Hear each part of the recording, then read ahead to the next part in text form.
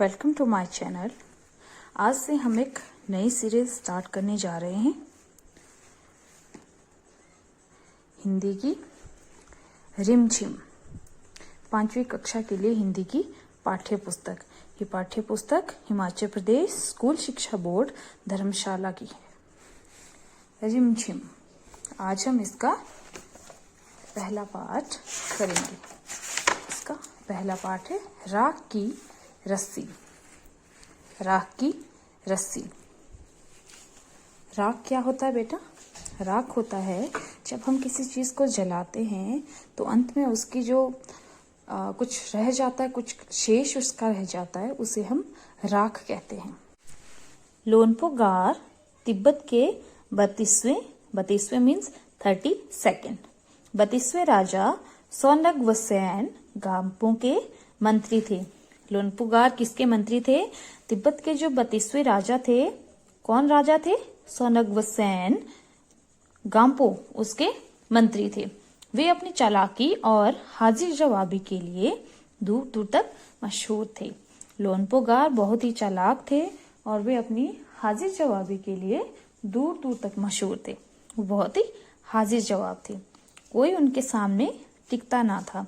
चैन से जिंदगी चल रही थी, मगर जब से उनका बेटा बड़ा हुआ था उनके लिए चिंता का विषय बना हुआ था। लेकिन जब से उनका बेटा बड़ा हुआ था वो इनके लिए चिंता का विषय बना हुआ था। क्यों? कारण यह था कि वह बहुत भोला था। वह बहुत क्या था? भोला था। होशियारी उसे छूकर भी नहीं गई थी।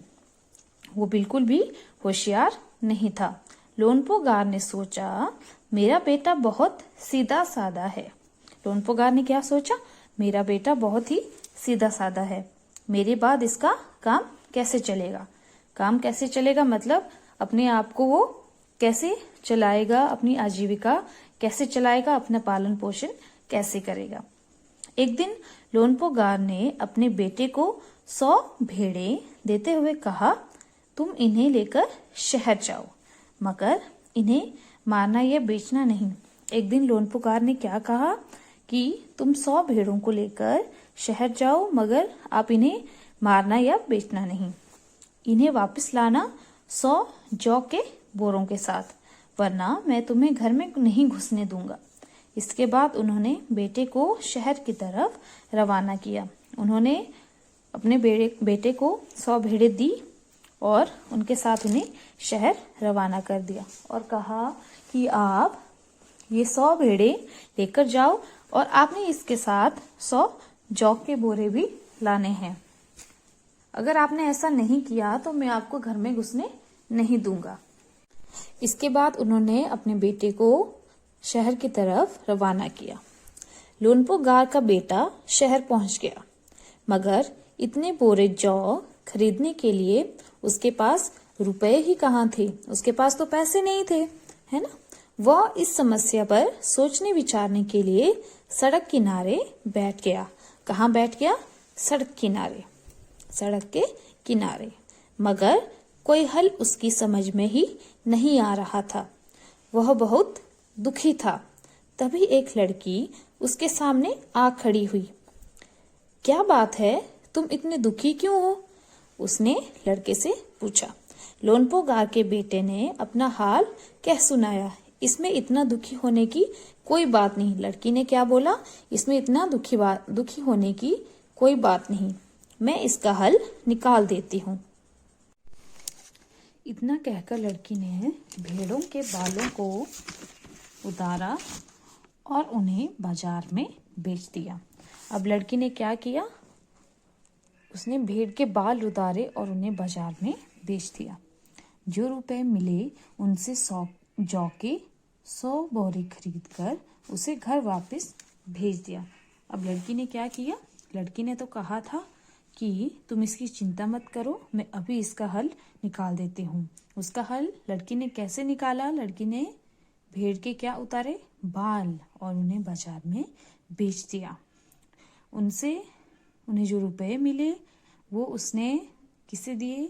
लोनपोगार के बेटे को दिए और उसने उससे जौ के 100 बोरे खरीदे, है ना। ना, और वो वापस घर चला गया।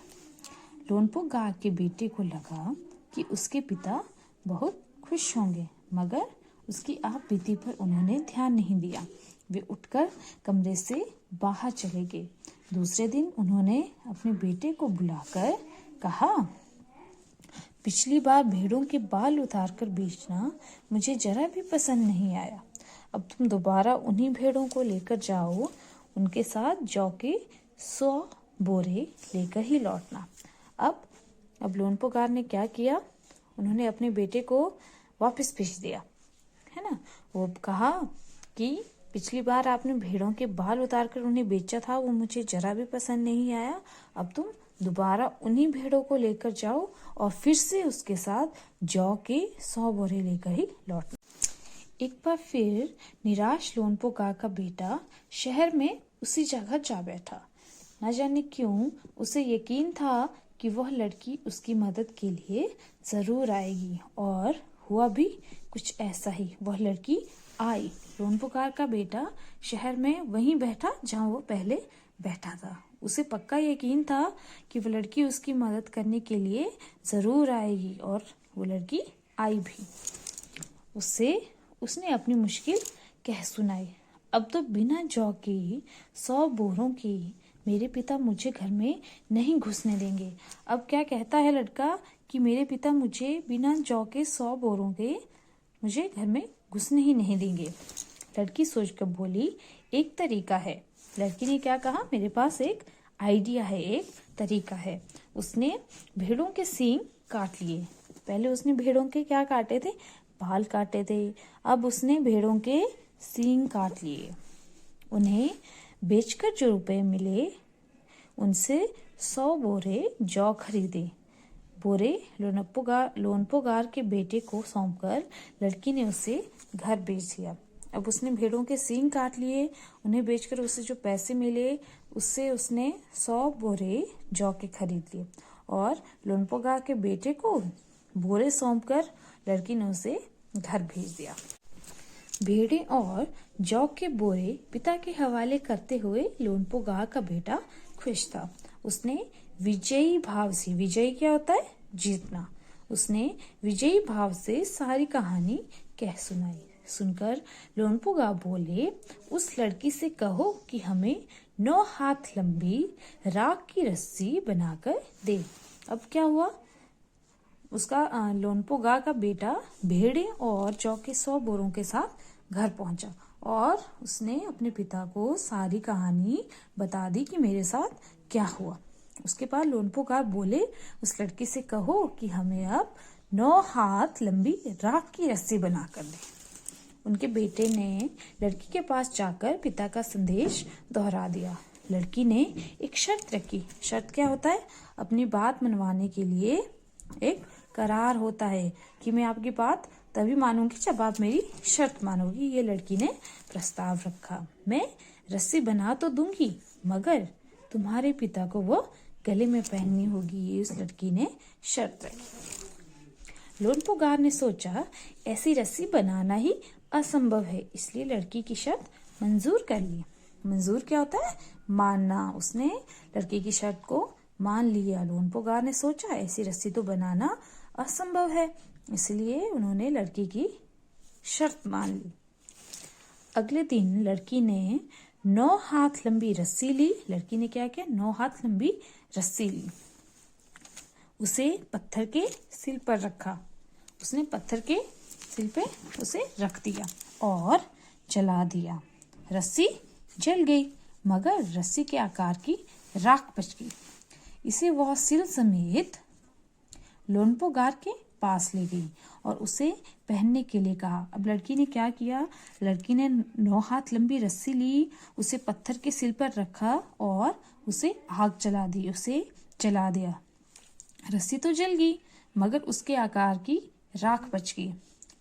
इसे वह सिल समेत, हाथ में तो उसे नहीं उठा सकते थे, इसलिए उसने पत्थर समेत, सिल समेत उसको लोनपो गार के पास ले गई, उसे पहनने के लिए कहा। लोनपो गार रस्सी देखकर चकित रह गए। चकित क्या होता है, हैरान, चकित रह गए। वे जानते थे कि राख की रस्सी को गले में पहनना तो दूर, उठाना भी मुश्किल है। लोनपुगार को तो पता था कि उसे तो हम उठा भी नहीं सकते और गले में कैसे पहनेंगे, है ना। हाथ लगाते ही वो टूट जाएगी। लड़की की समझदारी के सामने उनकी अपनी चालाकी धरी रह गई। धरी की धरी मतलब वैसी ही रह जाना।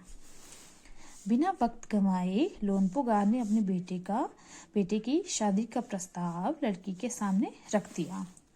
अब बिना वक्त गंवाए, बिना टाइम पास किए लोनपुगार ने क्या किया, अपने बेटे की शादी का प्रपोजल, शादी का प्रस्ताव लड़की के सामने रख दिया। अब धूमधाम से उन दोनों की शादी हो गई। ये इस चित्र में आपको लोनपुगार का बेटा दिखाया गया है और ये कौन है, ये वो लड़की है। और फिर उनकी शादी धूमधाम से होगी। तो कैसी लगी आपको ये कहानी?